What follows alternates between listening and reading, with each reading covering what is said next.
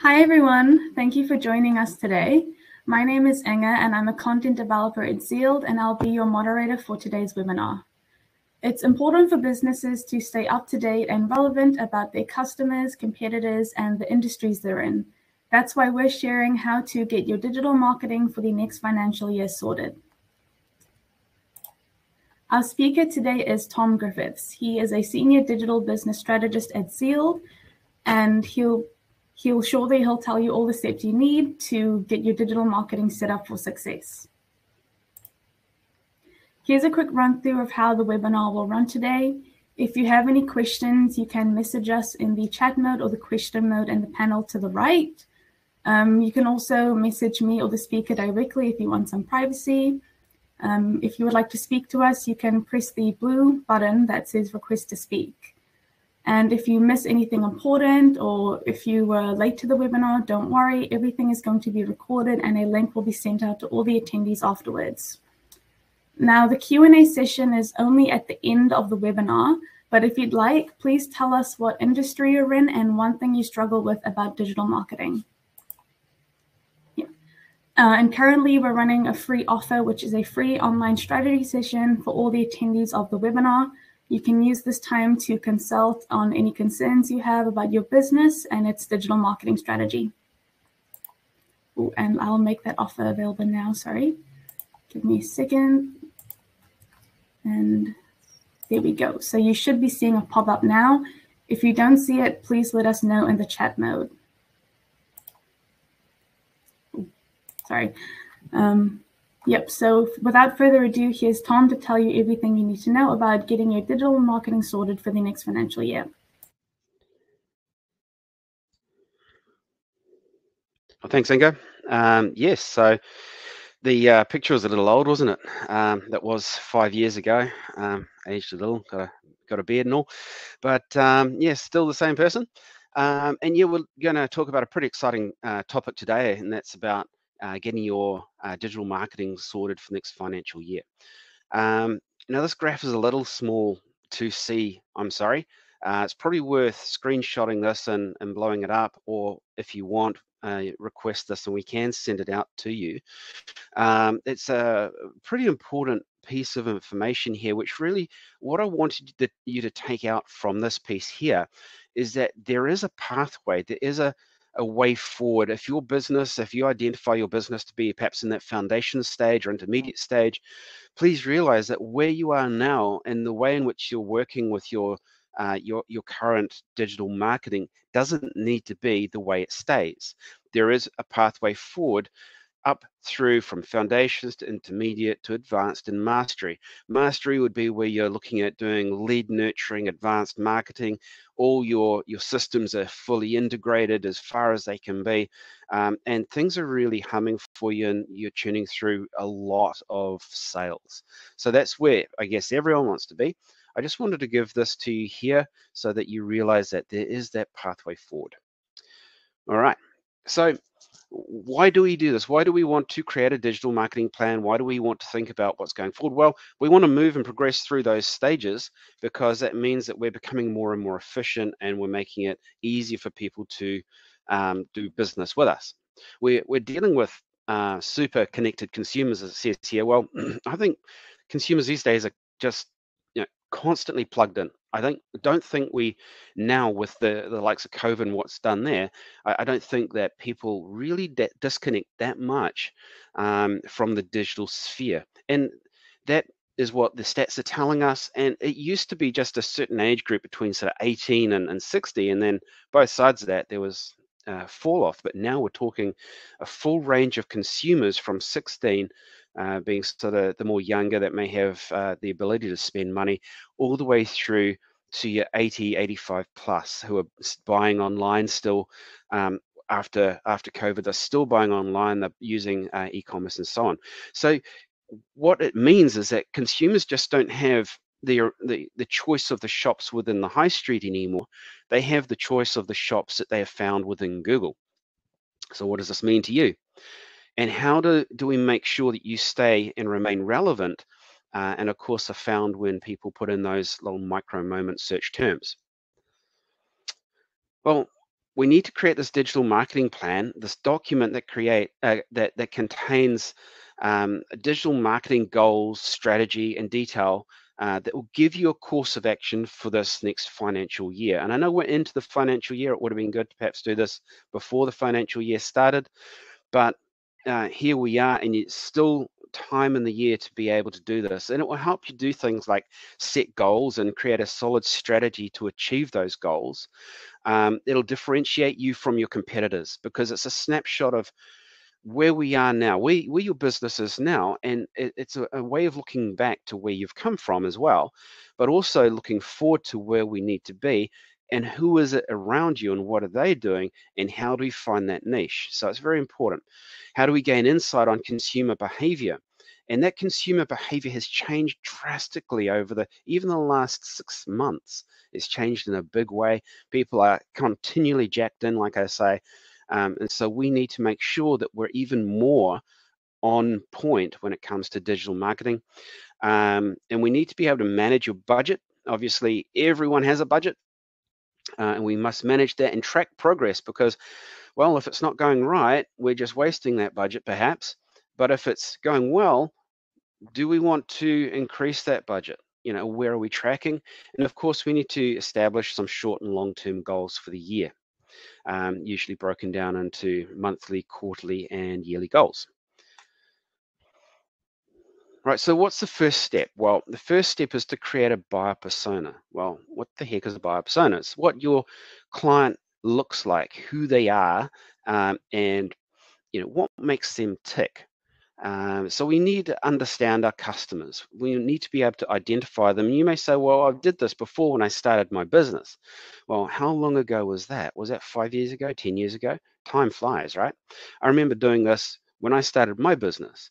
And by the time that I sold my business, the person I was dealing with changed completely in terms of what motivated them. And so it's something that we must be aware of, is that the motivation for people definitely has changed over the past 2 years, definitely the last 6 months. So why would they be searching for products or services like yours? And in what moments would they be searching for them? It's a really strong question you need to answer and note down.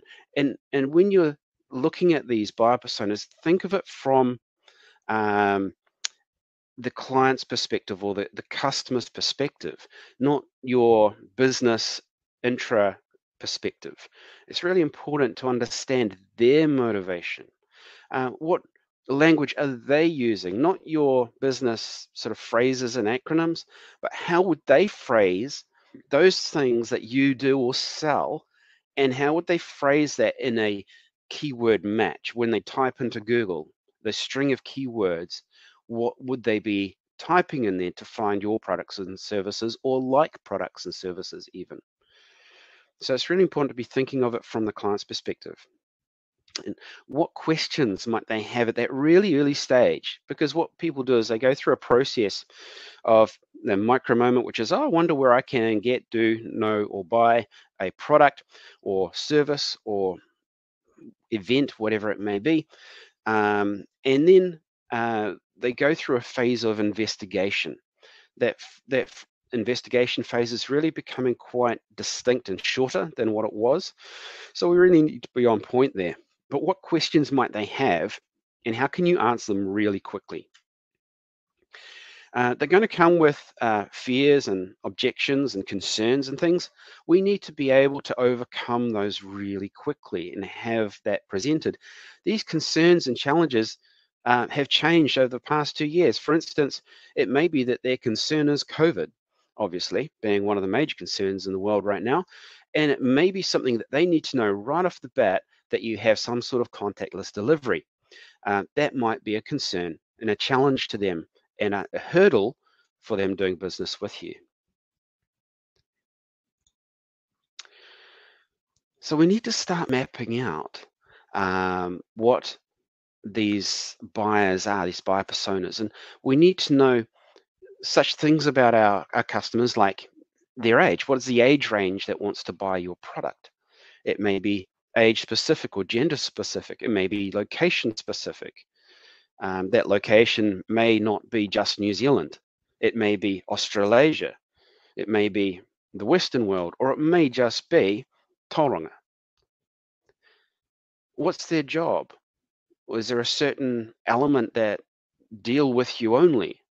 Can we identify the job or perhaps the industry type that do business with you?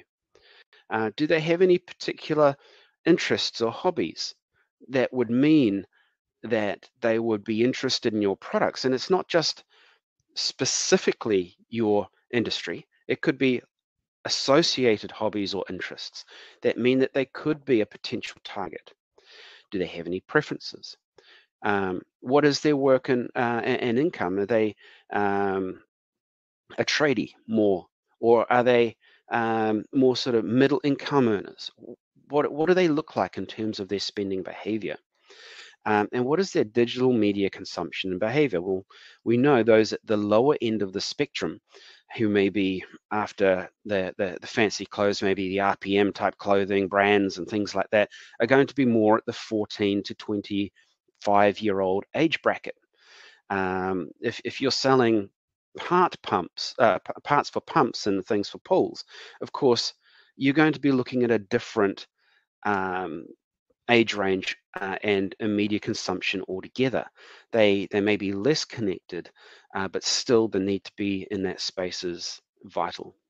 So we need to have a buyer persona, and as I said down the bottom here, it's a really important thing to remember. You may have more than one buyer persona. There may be a different or a range of people that deal with you. I hope that's clear. Any questions, please put them into the chat. Next thing is really important. I do audits of websites every week. And so what I find is that many websites don't actually have a brand UVP, that is a unique value proposition. You may have heard the question, how do I cut through the clutter? And that was definitely a phrase that has come through from print media and is definitely still relevant today on digital marketing as well. The reason for this is when someone lands on your website, the first thing they're asking is, what's in it for me and why should I do business with you? So we need to be able to instantly and effectively tell people what we're about and what is unique about us within the first 3 or 4 seconds of them landing on the page. So this unique value proposition is something, it's a small, pithy statement. It's very short, as you can see with some of the, or you will see with some of the examples I have for you. And it's designed to catch, engage, and drive that engagement further down the page, which will then build trust and credibility and engagement through the website. Hopefully that makes sense. So it's something that's going to offer details around the benefits that you as a business or your products offer, as well as characteristics that make your business unique from your competitors. That's how we cut through the clutter. We make it, we show the benefits and we make it unique. And so that's really important that that's nailed in terms of that unique value proposition. It must show relevance. It must show some form of desired outcome and exclusive benefit. What is that competitive edge that you have? It establishes a point of difference. It has very clear and precise messaging. We're talking probably less than 20 words. It has to be relevant to your customers. If it's not relevant to your customers, if there's a disconnect for the reason they came or thought they were coming for, you're going to end up with a really high bounce rate. So having that relevant to your customers, that goes back to your buyer persona, is really important. It's going to highlight, like I've said, your strengths, and it's going to contain, won't contain, I should say, that business jargon. And people want to hear things in plain language so it makes sense to them. I could talk in acronyms all day with UVPs and APIs and all the rest of it. No one will know what I'm talking about on this webinar. It's really important that we cut away from the jargon and talk in an English language, pretty much. All right, so the next we have, how do we create a digital marketing plan, brand, UVP? Well, this is a little bit of a tip here, and the UVP is going to guide your marketing and sales and initiatives. It's going to help you stand out from your competitors. It's something that's going to make you really a trusted entity that they'll want to come back to on an ongoing basis. And like I said before, it's something they should see instantly when you land on your homepage. So it's got to be placed on the hero image, not below it, not somewhere in the header. Literally, typically the most prominent place would be to the left, because in the Western world we read from the left to right. So you want that message on the left, right in the center of the screen, and any call to action which you should have below that. Some examples, like I said, I'd give you would be "Melts in your mouth, not in your hand." That's the M&M slogan. "Fresh, never frozen." That's Wendy's, and of course that is there a point of difference from McDonald's or KFC, is that the food is fresh, and that's often the complaint. And in fact, it forced McDonald's to change the way in which they produce their food. That particular slogan, it was very effective. Your notes organized, effortless, and so on. So very, very short, very pithy, and it calls you as a business to stand out from the crowd and cut through that clutter. The next thing I think that all businesses should be doing on a yearly basis, and I'm guilty of not doing it on a yearly basis when I had my business, is a SWOT analysis. As I said in the opening, this is what we can use, a tool that we can use to look back, look now, and look forward. It's where we analyze our strengths and our weaknesses, our opportunities that we have, and the threats. Now, definitely over the past year, the environment for business has changed in a way that's probably never happened before, at least in my lifetime. Your business strengths, they need to be sought out and looked at. We'll talk about that a little further down, but definitely the opportunities that are provided through a time like this are there. And of course, there are potential threats that are coming as well. So we need to conduct these SWOT analyses so we can see what is and isn't working well for your business. And it's really important to identify both of those things, because what isn't working well, why do we want to keep doing it? And what is working well, maybe we want to put that on steroids and really get that moving forward in a bigger and better way. We need to determine potential areas for growth, as well as possible risks that you may encounter down the line, so that you can, as I said here, conjure up a plan to avoid or eliminate any potential risks. So as we conduct this SWOT analysis, the focus is on not just your business, but the environment in which we're in. So strengths, what are your business strengths? What are they? What do they look like? Can you make a list of those? There should be a list. What is it that you're doing right that is helping you to reach or sell more people? Now, this will have changed because the business environment has changed, and perhaps your business has even changed since you last did your SWOT analysis or started your business. What type of resource is abundant and easily available for your organization? And at the moment, some of the resources perhaps that aren't available, maybe that should be in the threats or weaknesses column, would be things like labor. Maybe some of the abundant resource that we have is unlimited access to clients through digital. That may be a really good strength, or that may be something that you identify as an opportunity. But that's particularly one that we need to think about there. So a weakness. What are the key areas that we'd like to improve on? And when I used to do my weakness analysis, there was always a list much bigger than the strengths. But that actually is a good thing. If you can identify weaknesses in your business, things that you'd like to improve on and what isn't working for you, then that allows you to either eliminate them or improve on them. So don't be afraid of a big, long list of weaknesses. Opportunities, this is the exciting bit. And I think we need to think outside of the box when it comes to opportunities, because we are in a unique environment And one of the biggest opportunities I think we have at the moment is being on point with our digital marketing to be able to reach our clients, because they are telling us when and where they want our services and our products. Let's just make sure that we're on point with our messaging when they're looking for us. So we have a massive opportunity there. Some of the opportunities could be the opportunity to become more automated in your digital marketing. And maybe that's also in the weakness column, that you're not, and you're spending too much time in your business rather than on your business. So the opportunities, what are the external opportunities available for your business? And I'd also add in there, what are the internal opportunities? That's also another thing that we can be looking at.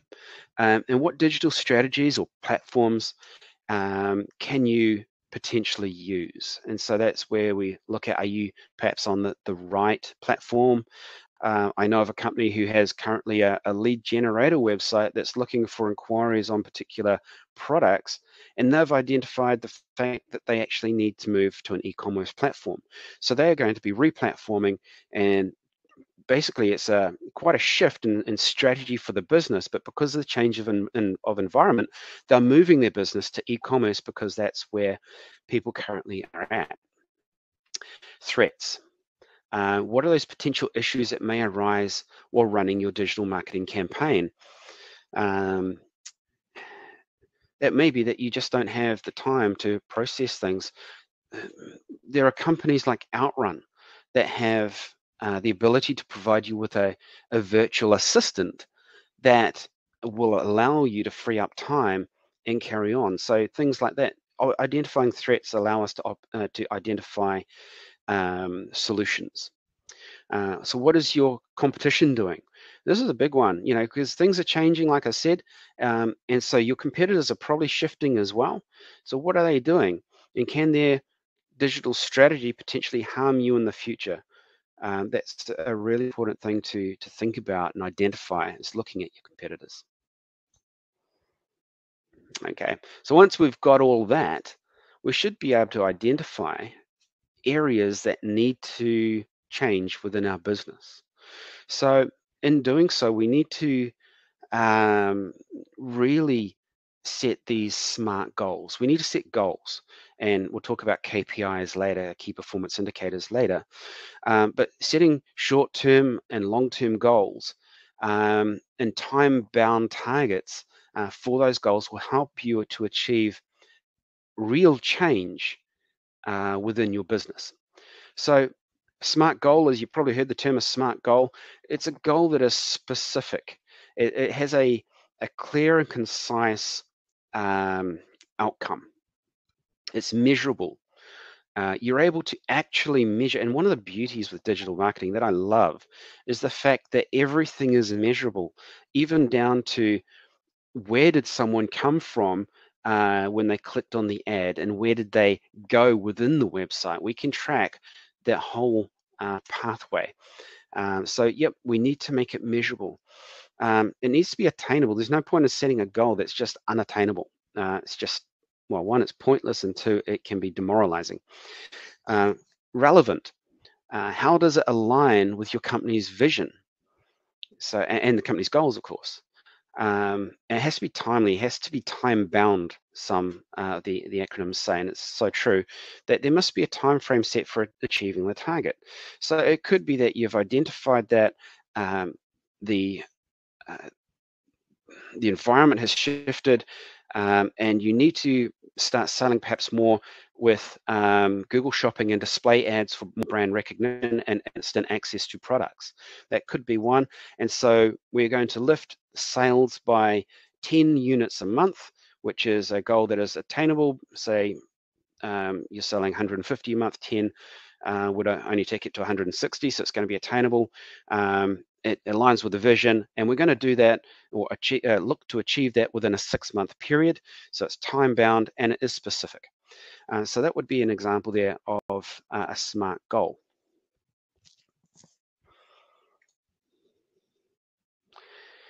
Some key areas to focus on when setting goals. Sales, of course. We all want the revenue to increase. So it could be that sales is we want more transactions, or we want to sell more boxes if we sell boxes of products, and we're going to use digital perhaps to lift the revenue through those channels. Engagements, it could be that perhaps you have a lead generator website, or part of the strategy for your business is to engage further with your clients. So maybe one of those SMART goals is going to be focused around engagements or service. They're going to lift the service. Well, how would you measure that? Well, some of those ways we can do that is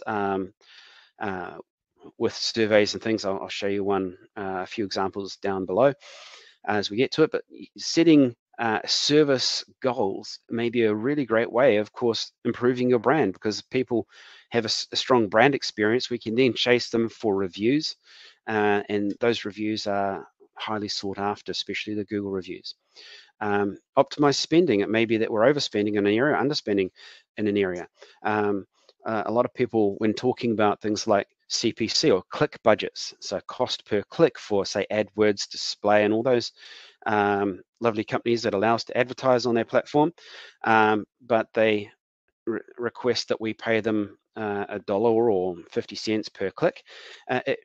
Some people don't realize that having a small click budget actually impinges on the campaign. So it may be that we need to be more realistic with our spending and lift that to get more visibility and compete more realistically with competitors, which makes us more competitive in the digital space. So things like optimizing spending both up or down is something that needs to be looked at. And of course, brand experience, which goes into perhaps creating better service, etc. How you can provide the customers with an optimal brand experience so that they become brand advocates for you. Really important. So what we tie all this together with, setting those goals, is measuring it. If you can't measure it, you can't manage it. So we need to measure it. And key performance indicators, KPIs, is a really good way of quantifying how we're going in that space. So we can create these KPIs, key performance indicators, for the short-term and long-term goals. And really, it's really important to be able to go back to those on a whatever it is, say quarterly or 6 monthly or yearly basis, probably a bit long. But you want to do perhaps look at quarterly and see the progress and see how we're tracking, because at that point, if you're not tracking well against those KPIs, you'll really want to ensure that you make a change. It may be that you're going really well and you want to make a change for the better, or if things aren't progressing as you thought, you need to think about how to make a change, so that you bring things back on track. Some of the ways in which we can measure the KPIs, the service KPIs, you got the customer satisfaction score, which you've probably heard of. Net Promoter Score is very popular. That can be a bit brutal. I think from memory, it ranks people from 0 to 10, 8, 9, and 10 being what they call promoters. I think it's 5, 6, 7. They are neutral, and everything below that, they're dissatisfied.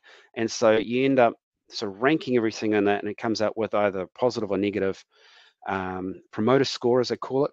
And then it's important to rank that against the industry standard. Some industry standards are like -30, and you may come out at -20. But looking at that in isolation, a -20, oh my Lord, you think I'm doing a terrible job, but in terms of the industry, it may actually be either good or bad, depending on what comes out. So it's important to measure that and really sort of sanity check that against the industry standard. ServQual, you've probably looked through all these as I've been talking. Spending KPIs, cost per lead generated, cost per conversation, cost per acquisition. Another one is return on ad spend. Is a very important one if you're running Google Ads and things like that. Brand experience, a good way of measuring that is customer retention rate. It could be the lifetime of the client or the churn rate. We want to get people back and spending more than once. We don't want to be looking for new people to come and buy from us and have them spend only once, that's really ineffective. So that retention of clients and making and extending the lifetime of the clients that they spend with us on a regular basis is really, really important, and a very good sound business model as well. And how do we go about all this? Well, this is where you might want to reach out with that offer that was put forward to you and book in for a free digital marketing strategy session, because once you've got all the information, you might go, well, you know what, I don't know this big blob of circles and where I need to be. That's where the likes of myself and my colleagues would come in to assist you so that we can identify the right digital marketing channels that are available and the right focus on the channels. So you can't just do all of it, because you probably go stir crazy. And doing only a part of it would probably be ineffective. So there has to be a balance and a focus based around the goals that you've just set through doing all of what we've just discussed. Some of the areas that we talk about as search engine optimization, or SEO. Obviously, social media marketing is becoming very effective for certain businesses and certain product types. Display advertising, that's brand recognition that takes a long time to get any buy through. It's high impression, very low click rate, but brilliant for building brand. Email marketing. Well, let's talk to our brand advocates who have bought from us. Let's get them back. Let's extend the life of the client. Content marketing. What can we tell people in terms of thought leadership that's going to get them coming back and engaging with us again? Pay per click. People will know pay per click. Like your Google ads, Google shopping, Facebook marketing, and so on. They're effective areas, especially if we have poor SEO. And the other one that maybe you may not be so familiar with, definitely looking at, is worth looking at, is chatbots. And my favorite is EasyBots, because it's as close as you can get to being a full AI without it being full AI and not needing to pay millions of dollars for one. So if you want to have a chat about chatbots, then it would be a good idea to reach out and discuss EasyBots. Setting timelines and budgets, vitally important. Part of that SMART goal has to be time bound. So let's make sure it is time bound, and really make sure that we perhaps have someone who, like a business partner or a business mentor, who will keep you honest in terms of looking at your goals that you set based around the timelines and the budgets that you set. So it's really important to be doing that. And of course, measure and improve. We need to be tracking, monitoring, and engaging. We need Google Analytics on there. If you haven't got Google Analytics, that's really just vitally important. Google Analytics must be set up, and you can set your key performance indicators or your goals within Google Analytics as well. So it's not that every time you go into there, you have to try and work it out. You can have, for instance, Zealed go in and set those up for you so that you get this quantitative measurement of how your campaign is performing.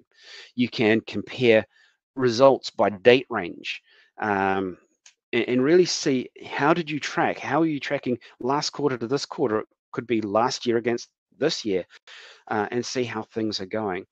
And compare how your performance of your current strategy is going, and have your plans been successful? Have you rightly identified ways to move forward? Helps you identify stronger or weaker points of the plan, and gives you, like I say, that chance to make those improvements and change the strategy as needed.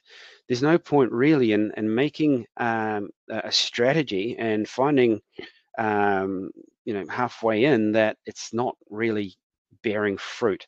At that point, we'd probably need to look at going through the process again and identify the areas that we may have got wrong, and look to change that strategy so that we can improve on how things are going.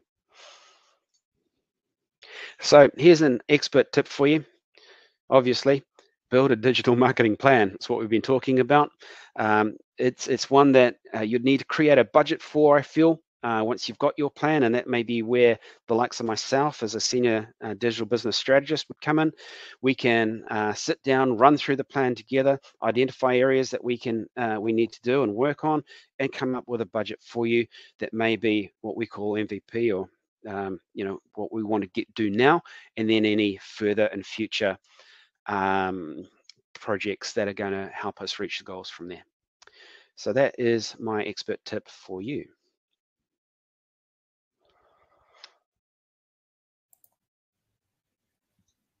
Cool. So it's time for questions, and here are 3 that we get asked the most. How is a digital marketing plan useful? Yeah, well, a digital marketing plan is vital, really. It has to be a living document within your business.